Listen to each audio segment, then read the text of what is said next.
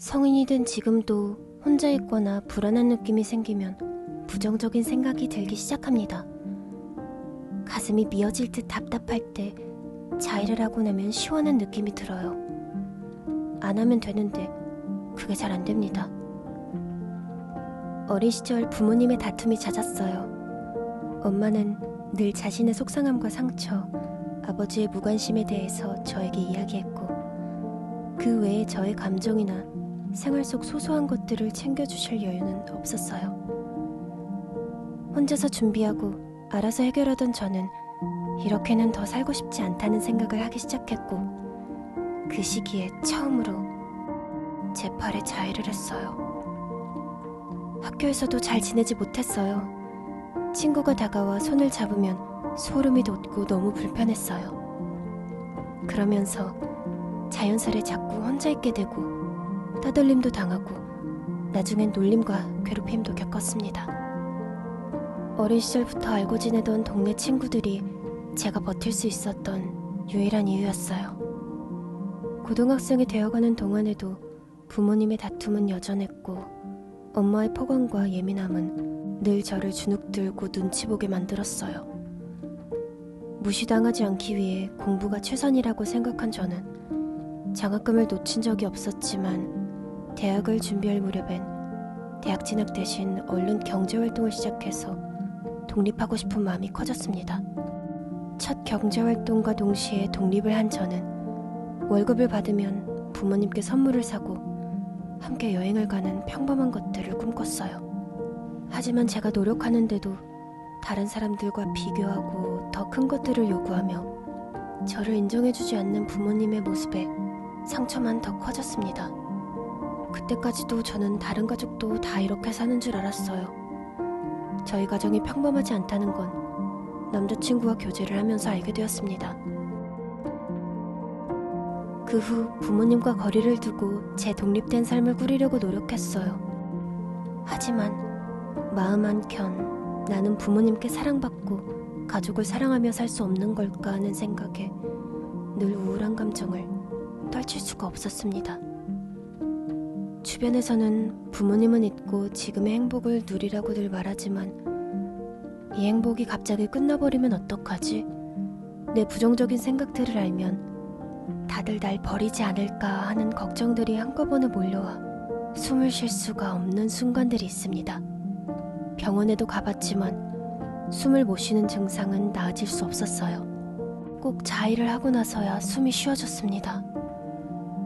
몇 개월을 참다가도 불쑥 불안감이 몰려오면 자해를 하고 싶은 욕구를 참을 수가 없어요.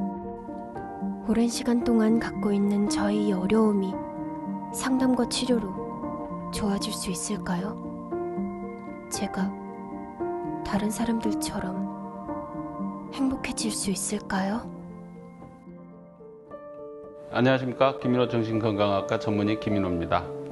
오늘은 스트레스와 불안장애 그리고 자해에 대해서 알아볼까 합니다. 원래 스트레스란 굉장히 건강한 의미입니다. 어느 정도 우리가 내일 모레 시험이 있다면 스트레스를 받아야 이렇게 시험 공부도 하고 또 인류가 미래를 대비하기 위해서 스트레스가 있어서 여기까지 발달을 해온 거죠. 스트레스 호르몬이 우리 몸에 너무 지나치게 과다하게 분비되거나 지속적으로 분비가 되었을 때 우리 자율신경계를 매우 불안정하게 만듭니다. 그렇다면 이 스트레스 호르몬이 너무 많이 분비돼서 자율신경이 불안정해졌을 때 우리 몸에 나타나는 증상들을 제가 쭉 나열을 해볼게요. 먼저 위장관계부터 얘기를 하면 속이 미식거리고 답답하고 자주 체하고 뭐가 꽉 막혀 있고 울렁거리기도 하고 가슴도 답답하고 벽돌로 누르는 것 같고 어쩔 때는 짓누르는 듯한 통증이 느껴질 수도 있고 괜히 심장이 두근두근 거릴 수도 있고요. 체온은 정상인데 열감이나 한기, 식은땀, 답답하고 숨쉬기 힘들어서 창문을 열거나 건물 밖으로 나가고 싶기도 하고요. 손발이 떨리고 저릴 수도 있습니다. 그리고 내가 약간 어떤 공간에서 주변으로부터 동떨어지는 듯한 비현실감, 멍함, 붕 뜬 느낌, 심하면 어지럼증이나 현기증이 생길 수가 있고요. 손발에 힘이 빠져서 주저앉고 싶기도 하고 그리고 간헐적으로 귀에서 삐 윙거리거나 먹먹한 느낌 그리고 내가 예민해진 탓에 가까운 가족이나 지인들에게 너무 쉽게 짜증이나 화, 분노 조절이 잘 안 될 수도 있고요. 또 소음에 예민해져 있고 또 혼자 있는 시간에 잡생각, 부정적 생각이 너무 많아서 골치가 아플 수가 있고 머리도 아프고 잠도 못 자는 증상이 생길 수 있습니다. 제가 방금 나열한 증상들 중에 한 30% 이상이 있다면 우리가 자율신경계가 불안정하다, 즉 불안장애가 있다라고 생각할 수가 있습니다. 우리 몸은 항상성 원리가 있습니다. 항상 안정된 상태로 유지를 하려고 하는데 그러한 노력 중에 하나가 이 자율신경이 불안정했을 때 이렇게 한숨을 쉰다든가 아니면 특히 여성분들은 이렇게 뭐 길 가다가도 눈물이 나거나 이 몸을 진정을 시키려고 하고요. 우리 아동기애들은 자꾸 손톱을 쥐어 뜯거나 이런 행동들이 나타날 수 있고 또 우리 사춘기 청소년들은 방 안에서 날카로운 걸 찾다가 이렇게 자해를 하게 되면 이게 이 자율신경이 진정되는 효과가 매우 강합니다. 그래서 이런 자해가 스트레스 받을 때마다 빈번하게 이루어지고 약간의 중독 성향을 가지고 있습니다. 자해는 우울증이 너무 심한 분이 손목을 자해를 해서 피가 흐르는 걸 보고 내가 살아있구나 하는 그런 의미의 자해도 있고요. 아니면 또 우울증이 계신 분들이 세상에서 벌어진 일들이 다 내 책임이다, 이런 죄책감이 심하고 그래서 나는 벌을 받아야 돼, 이런 의미에서 자해를 하는 경우가 있습니다. 또 하나는 조금 드문 케이스인데요. 약간 이제 성격적인 이런 문제로 인해서 내가 자해를 시도함으로 인해서 상대방의 어떤 행동을 조절하려고 하는 그런 자해가 있습니다. 뭐 예를 들어서 내가 자해를 함으로써 상대방이 나를 버리지 못하게 한다든가 내 곁을 못 떠나게 한다든가. 근데 이렇게 자율신경이 불안정한 사람들의 특징들이 나만 그런가? 내가 정신력이 약한가?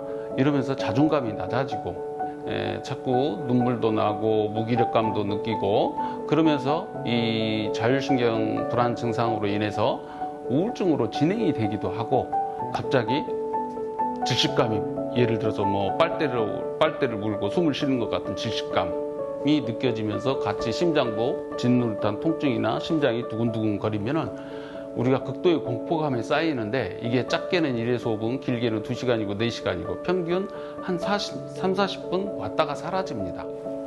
이 왔다 사라지는 것을 발작이라는 표현을 쓰고요. 너무나 공포스럽고 두려운 것이 왔다 사라졌다 하기 때문에 이것을 공황발작이라고 칭하고요. 이 공황발작이 반복이 되면 공황장애라고 합니다. 그렇다면 이 불안한 자율신경을 안정시키기 위해서 치료는 어떻게 해야 될까요?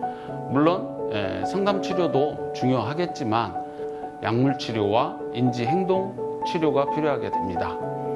먼저 인지행동치료에서 인지치료는 제가 지금까지 이렇게 여러분들에게 스트레스 호르몬과 자율신경 불안 증상, 신체 증상, 그리고 왜 내가 한숨, 눈물, 자해를 하고 싶은지 이런 것들을 아는 것이 인지 자체가 치료에 도움적인 요소가 되고요.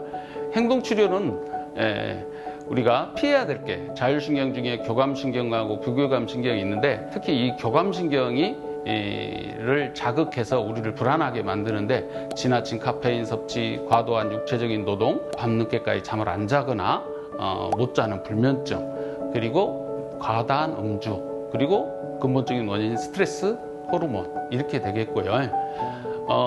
이 자율신경을 안정시키는 것은 부교감신경을 조금 자극하는 건데 그런 것들은 복식호흡, 명상, 요가 이런 것들이 있습니다. 그리고 약물치료가 있고요. 약물치료는 이 자율신경계를 안정시키는 약물을 씁니다.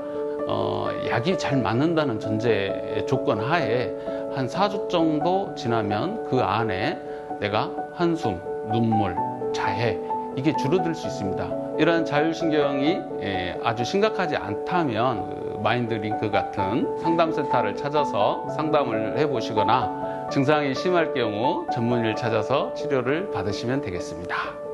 감사합니다.